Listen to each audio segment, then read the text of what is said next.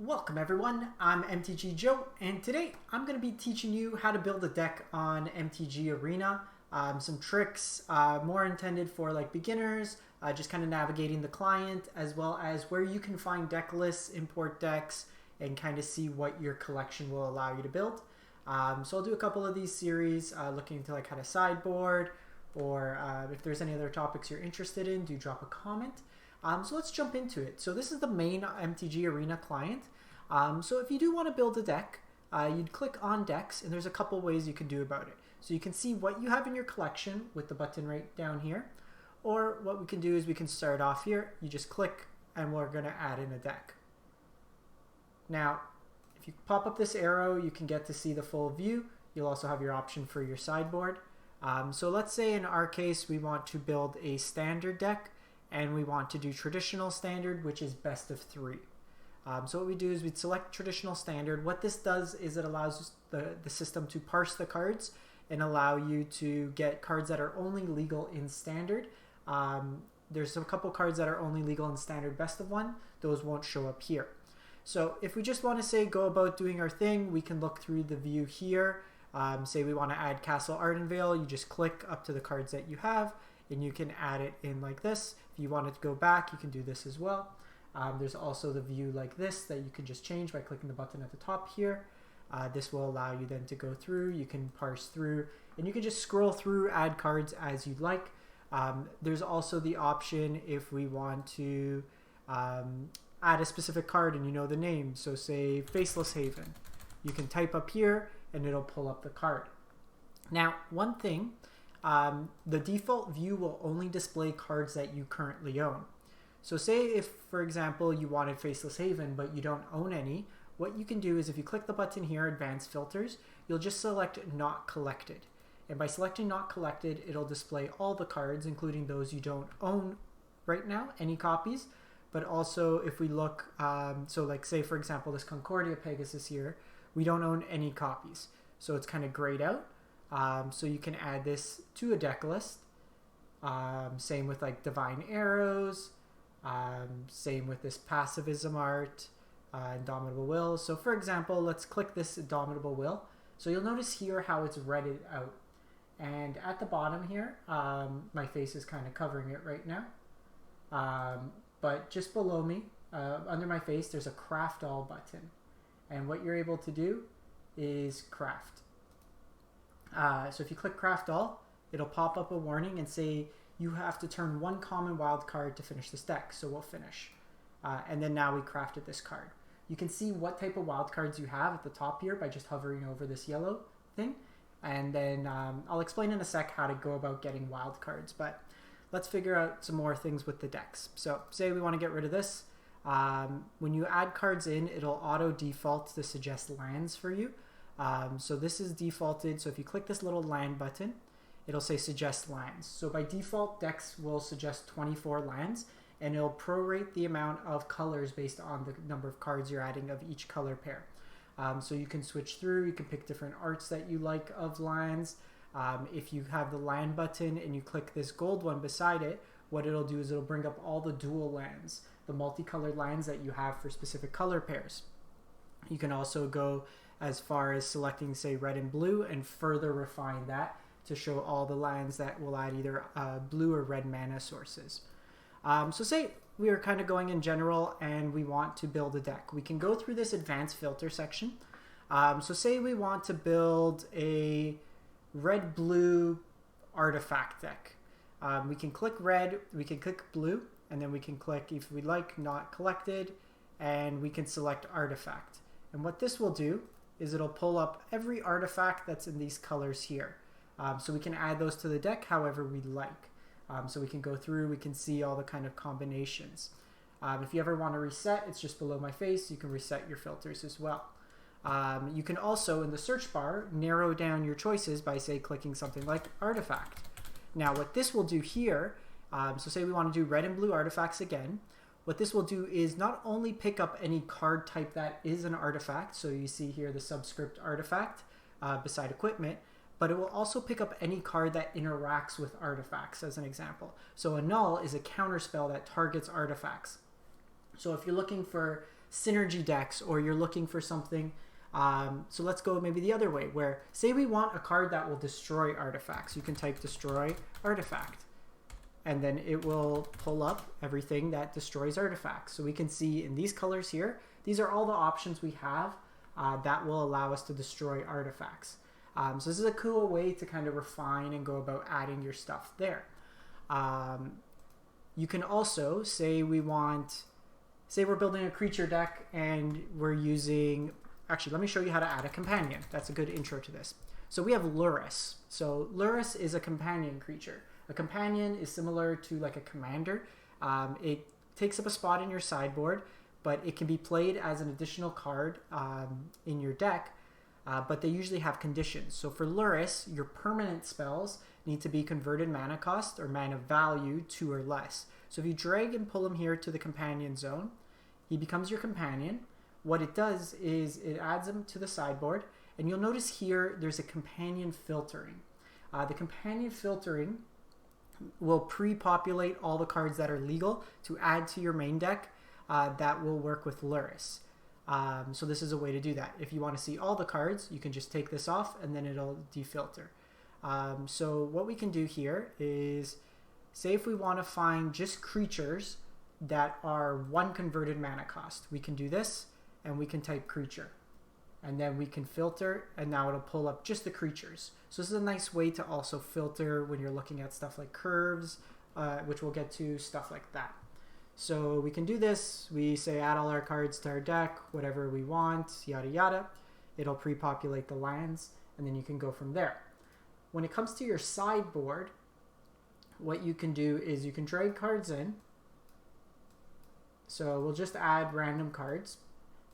How it's formatted is for best of 1, you're allowed 7 cards if you have stuff like lessons and learns, or cards that are referred to as like wishboard that lets you search for cards outside of the game.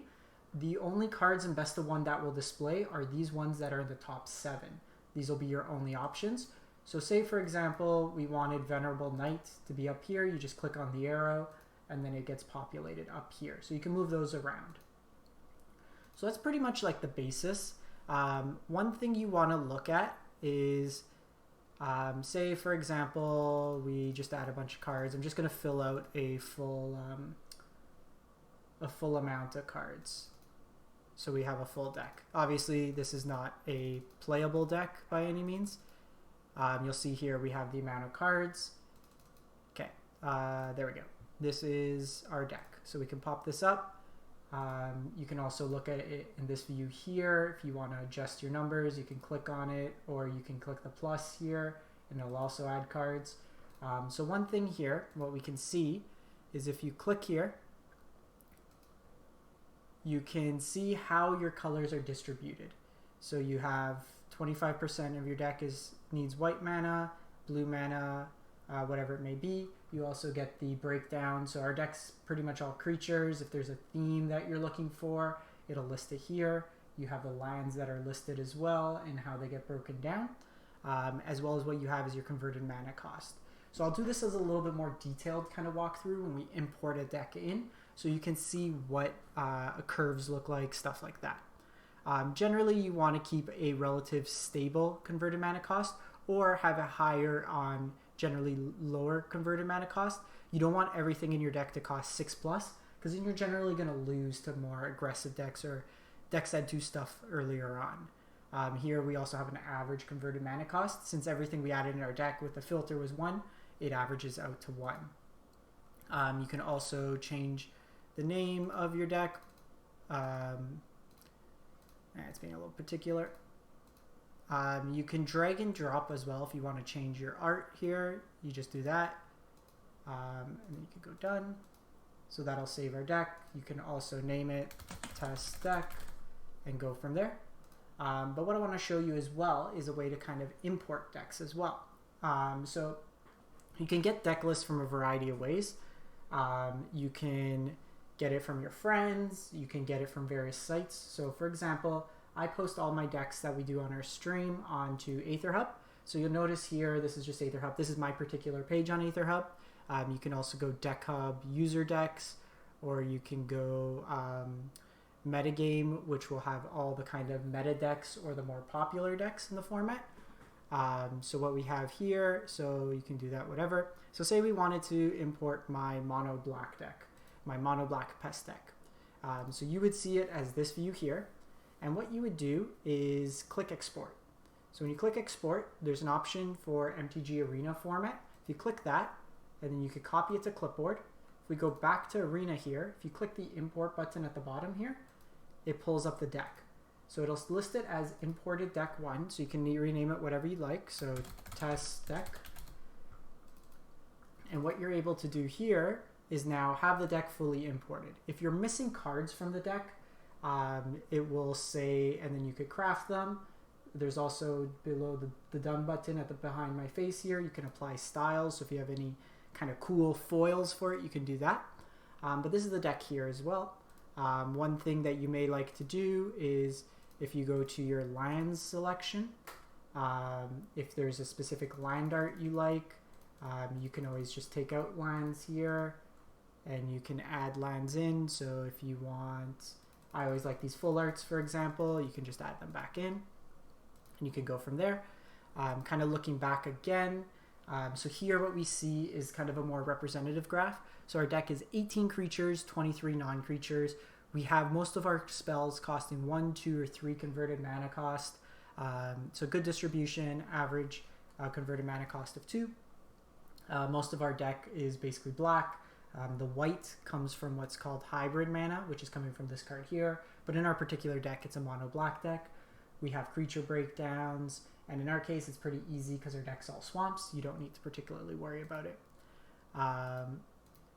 So yeah, that's how you would import it. That's one way to do it. You can also look at something. Oh, we already have a test deck, so that'll just stay imported. You can also look at another site like Untapped GG. So this is a tracker site. So it's like an overlay that works with MTG Arena. So I'll put the link, it's free to use. So basically what it'll do is it can provide a whole bunch of statistics. So based on like win percentages, how certain decks do, how others don't. So you can see like that. And then what it does is it creates what are called meta pages, where you can see well-performing decks. There's also like a collection section where you can view your collection, and then it can suggest decks that you can do. So we have 53 craftable decks, and then it'll suggest all the decks we can build. These happen to be standard, but same idea. You can copy to MTG Arena, very nice and simple, and then we just import again, and you can go from there. And then you can name it whatever you want. You can also, at the bottom here, export decks. So if you want to put your deck list into a format like we saw with the Aether Hub or stuff like that, you can do that as well. You just paste it, just creates like a script, and then it pastes it in. So that's pretty much the high levels of how to build a deck. One thing we didn't cover is how to get wildcards.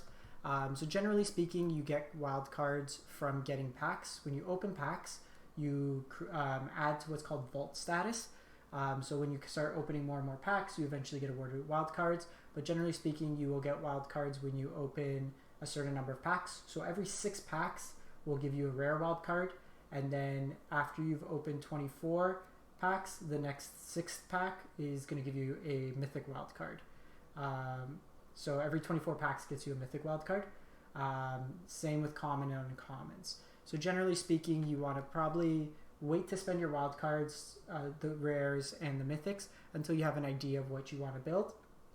And the best way to kind of approach, if you are opening packs, is to always look at what sets cards come from, and then open up those packs. So if we go to get packs, you can see that we can get packs from any of the sets. So if we're playing, say, for example, an adventure deck, a lot of the adventure cards came from Throne of Eldraine, so you can just purchase packs like that. So that's pretty much it. Let me know what you think. If there are any sorts of tutorials or stuff like that you'd be interested in seeing, do let me know in the comments. I do play pretty much demos of a bunch of decks, both standard and historic format on my channel. So you can always check the videos there if you want more tutorials on how to navigate certain deck styles or ideas, stuff like that. Also on my Instagram, I post 1 to 3 different unique deck lists each day. So it's a good repository to find a bunch of decks if you are looking to explore new strategies, stuff like that. And as always, if you do have any questions, you can feel free. I do post my Discord link in the video description. You can join the Discord. Myself and a great community there is always open to sharing ideas and to help out newer players as well. So thanks for watching. Hope you have a great one, and we'll hope to chat in the future.